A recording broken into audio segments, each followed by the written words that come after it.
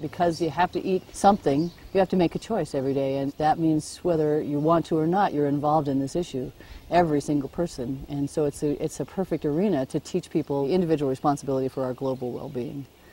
And that feels so integral to our most basic way of being in the world. And so teaching that, that's what the sanctuary is all about, really, getting people to be more conscious, to be more aware.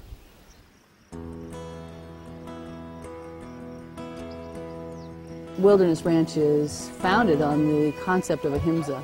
Ahimsa is a Sanskrit word that was the concept by which Gandhi lived his life, and it means nonviolence or non-injury.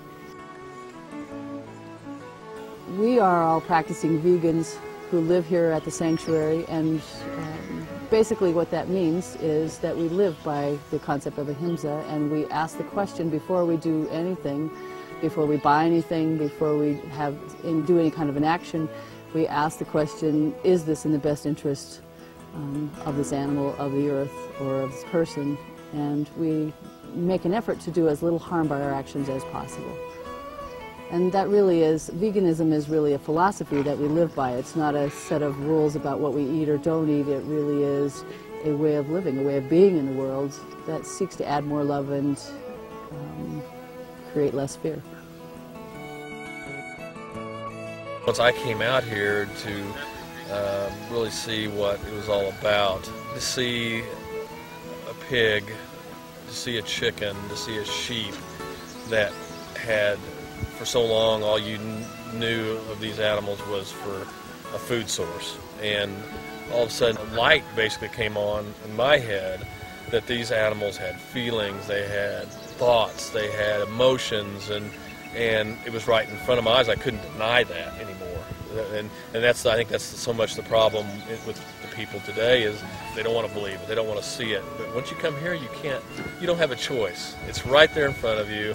There's this chicken that jumps up on your lap and starts nuzzling up against your neck, and from all your life, all you've heard is that chickens are crops. They're not live. They're just an inanimate object, and all of a sudden you have a chicken here that's telling you that I'm not an inanimate object, I'm a living being. I love you. You need to love me back. The education is really what it's all about, from the vet students, from the interns, to the kids that come out, the volunteers who are here, the veterinarians who visit, the meter reader who comes out from the electric company, gets an education. He comes out and he said, you know, I didn't know they abused farm animals. And by just coming out here and seeing what we do, he's touched by it and his life has changed. Coming here gave me hope, because being veterinarians,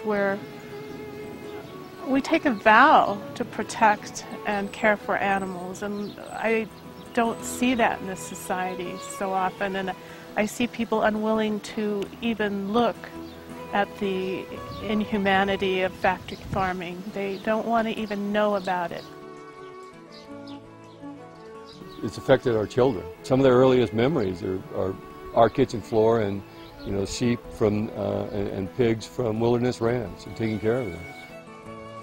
The fact that my son, through being part of Wilderness Ranch, chose this as a way of life for himself, I think is more rewarding than anything.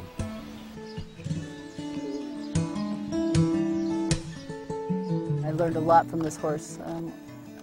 A lot of what I know about respecting all life I learned from Rudy.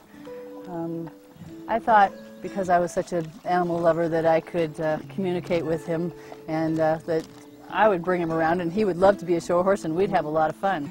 Well, I learned a huge lesson from this guy. I learned that I wasn't really seeing him as an individual. I saw him as a beautiful horse. He was Rudy. He wasn't anything other than who he is, his own personality, and I started to understand his pain.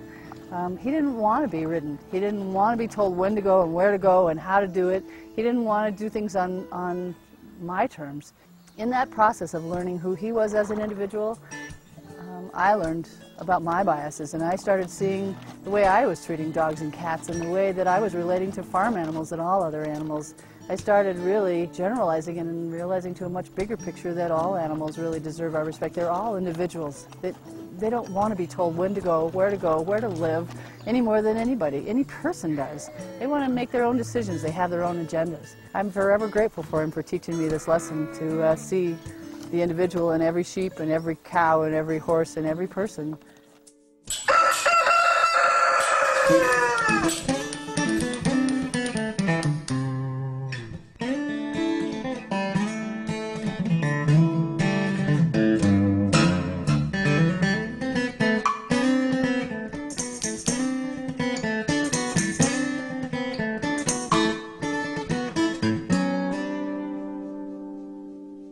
Rosie and Rudy were very unlikely friends because Rudy was a big, tall, thoroughbred horse, and Rosie was a little pot-bellied pig with 2-inch legs. And Rosie basically was a dump-off pig. Somebody just dumped her, and she was hiding in our compost pile for a couple of weeks before we realized she was really there. In that process, she became friends with Rudy. That was kind of cute, except that the other cows and steers in the pasture were chasing her, so we had to get her out of there. And so she lived on the other side of the barn.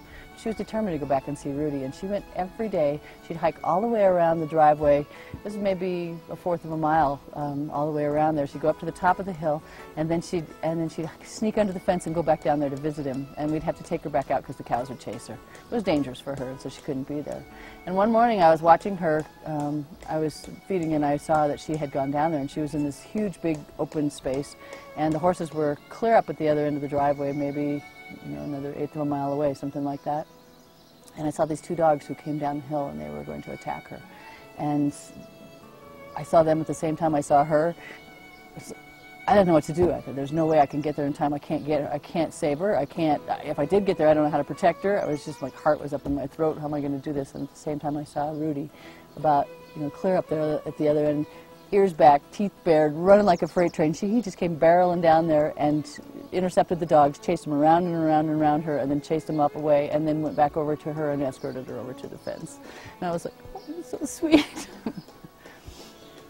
I've had some people say to me, well, what's the big deal here? There's only 30 or 40 animals here. How could she be doing any good? How can that change people's lives? How can that change the world? But what you see when you come here is not the 30 or 40 animals. It's those 30 or 40 animals telling you about the millions and millions of animals out there that are suffering, that they need the same respect that the animals here are getting. It's just not the 40 animals here, it's the 40 million animals that die every single day.